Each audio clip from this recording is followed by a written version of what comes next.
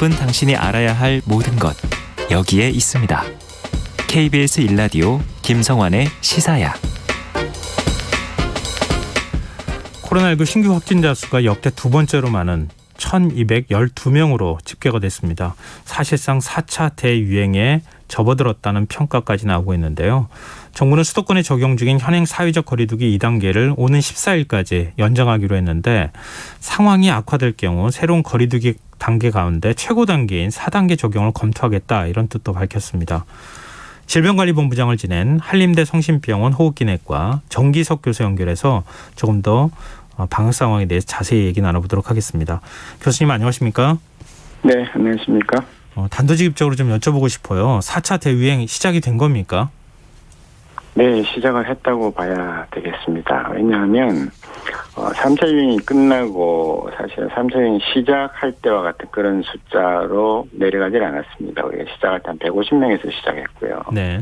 한 보름 전에 마지막으로 300명대까지 내려가는 모습을 보여서 마치 안정이 되는 듯이 보였는데, 그 다음부터 이제 슬슬 올라가기 시작해서 급기야는 어저께 굉장히 많은 숫자가 나와버렸죠. 그래서 이 정도 숫자이면 우리가 4차 유행이다라고 정의를 해도 틀리지 않았다, 그렇게 보고 있습니다. 근데 지금 이미 1000명대 확진자 수가 나오는데 뭐 2000명, 또 오늘 한 언론 보니까 뭐 4000명도 갈 수 있다, 이런 얘기까지도 하던데요. 지금 어느 정도 확진자가 더 증가할 가능성이 있습니까? 예, 그 숫자를 맞춘다는 것은 참 어려운 일이긴 합니다만, 네. 이렇습니다. 그 3차 유행이 시작해서 정점을 찍을 때까지 한 달 좀 넘게 걸렸고요. 네. 시작을 한 150명대에서 시작해서 1200명까지 올라갔었죠. 지금은 보면 한 15일 정도 사이에 한 400-500명 선에서 지금 1200명까지 올라갔단 말입니다. 그래서 적어도 내일은 아마 오늘보다 조금 적게 나올지도 모르겠는데, 네. 그렇다 손 치더라도 내일도 한번 오늘이 정점이라고 쳤더라도 적어도 줄어드는 데는 15일보다는 더 걸리게 돼 있습니다. 항상 내려올 때는 더 서서히 내려오니까요. 그래서 앞으로 이 추세는 뭐 최소한 보름, 아마도 한 달 정도까지는 유지가 되다가 잘 관리를 해야 한 달 뒤쯤 되면 그전 상태로 좀 돌아가지 않을까 하는 그런 전망을 해봅니다. 근데 지금 확진자가 한 500명대나 이렇게 나오다가 700명대로 이렇게 탁 점프하듯이 올라갔다가 갑자기 1000명대로 확 치솟은 모습이었단 말이에요. 네. 이렇게 확진자가 급증한 결정적인 요인 어떻게 분석할 수 있을까요?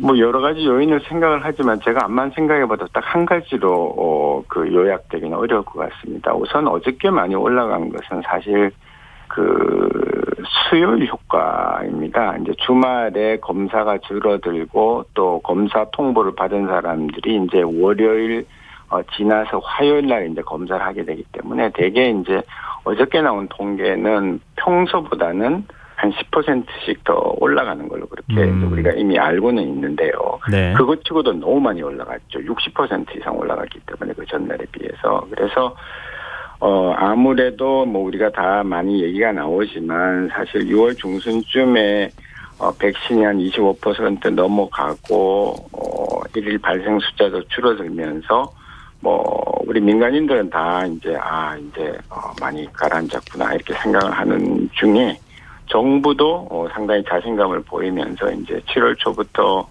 완화를 하겠다는 여러 가지 정책들을 발표를 했죠. 그러면서 이제 민간이든 정부든 간에 조금 경각심이 많이 해이해졌다. 그것이 한 2주가 쌓이면서 어저께 한 번에 분출로 나타났다. 그렇게 보고 있습니다.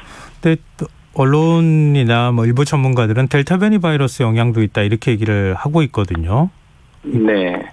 이 부분에 대해서 어떻게 보세요? 예, 델타는 맞습니다. 델타는 지금 급증을 하고 있는 건 맞지만 사실 1200명을 이루고 있는 그 대부분의 요인들은 원래 우리가 가지고 있던 이 사회에 갖고 있던 그 바이러스들이 창궐하기 시작한 거라고 보는 것이 더 맞거든요. 왜냐하면 오랫동안 한 400-500명대의 숫자를 계속 보고 있으면서 그중에 적어도 한 4분의 1 정도는 감염을 모르는 상태로 그냥 넘어왔단 말입니다. 그러니까 하루에 한 100명 이상의 사람들은 어디서 감염을 받았는지 누구한테 줬는지도 모르고 지금 넘어오고 있었던 거라 그것이 서서히 쌓이면서 이제 원래 바이러스들이 창궐을 했고요.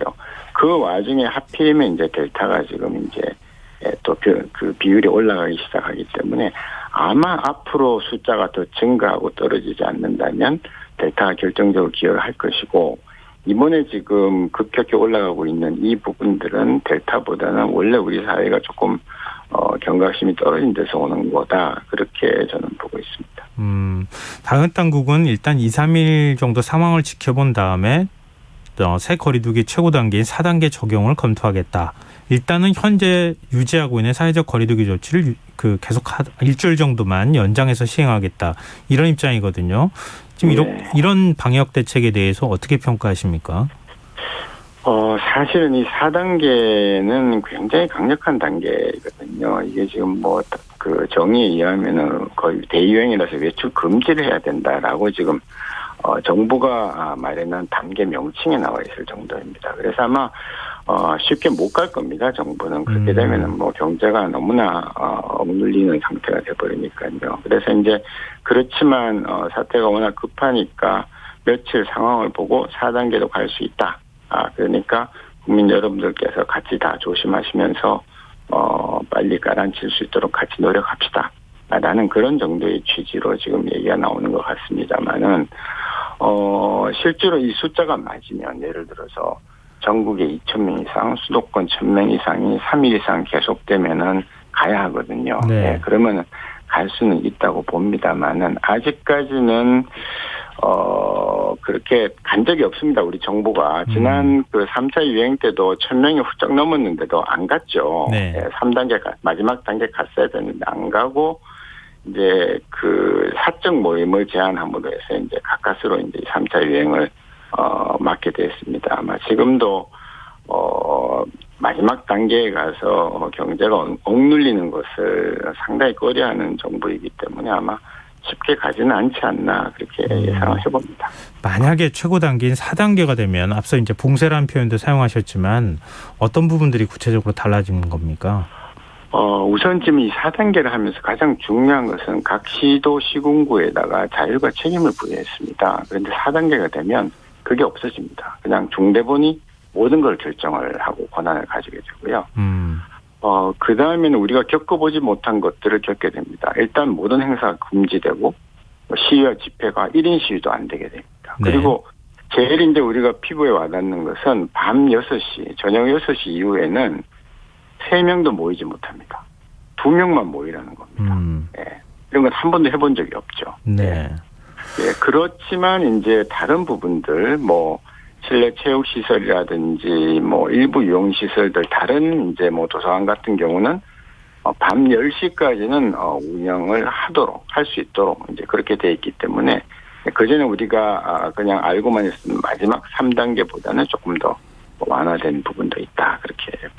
그렇게 보시면 되겠습니다. 근데 이게 그러면은 이제 중앙에서 방역 당국에서 모든 걸 결정을 하긴 하지만 지자체 차원에서 지금 방역 상황이 다를 수 있잖아요. 그러면 이 만약에 풍선 효과가 나타나서 다른 쪽으로 사람들이 옮겨갈 가능성도 있지 않겠습니까? 그렇습니다. 예. 그러면 전국적으로 동일한 사회적 거리두기 적용을 해야 되는 겁니까? 어떻게 해야 되는 건가요? 이거는 이제 4단계가 하게 되면 각 지자체에서도 더 이상 갈 데가 없기 때문에 자율적으로 못 하겠습니다만 만일 수도권을 새로운 3단계를 적용하겠다라고 나왔을 때는 다른 지자체들도 주변 수도권 외의 부분들도 그 부분을 좀 따라가거나 아니면 지금 1단계로 돼 있는 부분에서도 이제 2단계로 갈 수는 있다고 보지만 사실 일부 도서지방 또 교고지 지방 사람의 왕래가 없는 지역까지 똑같이 가는 것은 좀 그분들의 측면에서 그 지역 분들한테는 좀 억울한 측면이 있거든요. 공평하지 않을 측면이 있기 때문에 그래서 사실 새로운 개편안에서는 각 지방 정부의 책임과 자유를 많이 줬던 겁니다. 그래서 저는 일괄적으로 가는 것보다는 그동안 1년 반 동안 지방 정부가 많은 경험이 있으니까 각자 판단을 해서 건의를 하면 중대본 혹은 방대본이 취합을 해서 이 지역은 조금 올립시다, 내립시다 하는 그런 그 조율하는 작용을 좀 역할을 하면서 가는 것이 맞지 않겠나 그렇게 봅니다. 오세훈 서울시장은 젊은 층이 우선 백신 접종을 맡게 해달라 이런 요청을 하기도 했는데요. 이 젊은 층 우선 접종 방안에 대해서는 어떻게 생각하십니까? 과거에 인도네시아에서도 젊은 층부터 먼저 맞춘다는 얘기가 나왔기 때문에 지금 사실은 가장 사회에서 활동을 많이 하고 가장 많이 활동 범위가 넓은 20, 30대에 맞추는 것은 틀린 말은 아닙니다. 그러나 지금 우리나라가 마침 이 7월 달이 백신이 없는 철이고 그 외에도 사실은 대면 접촉이 많은 어떤 업무 종사자들이라든지 택배 기사, 미화원 같이 이제 지금 정부에서 얘기한 이런 분들이 사실은 우선 접종이 맞습니다. 예, 그래서 저는 우선순위의 일반인들보다는 그래도 대면 접촉을 많이 해서 더 많은 사람들한테 감염을 시킬 수 있는 그런 직군 위주로 우선 접종이 가는 게 맞지 않나 그렇게 보고 있습니다.